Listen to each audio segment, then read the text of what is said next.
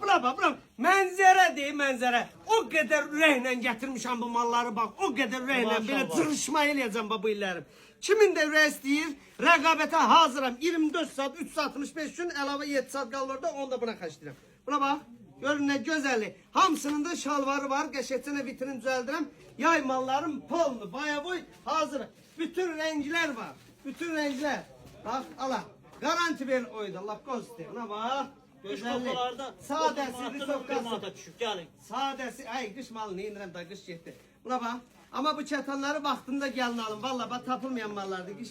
Yayın ortasında qalsın. Eynimə bir şey tapamıram. Razmeri yoxdur. Bax gəl, indi açılır da bax buna bax görsən. Bax. Mən də sənə xasiyyəti bilirəm də. Bilirəm ki gəlib sonra deyinəcəksin. Buna bax. Nədir bunlar? Yəni görüm. Bunlar sadələrdir. Sadəsi, şəkillisi, şükürlüsü. Ondan sonra bütün rənglər. Hər birinin də 6 rəngi var. 6 şalvar rəngi var. 6 nə bilim nəyi var. 6 da var, üstü də var.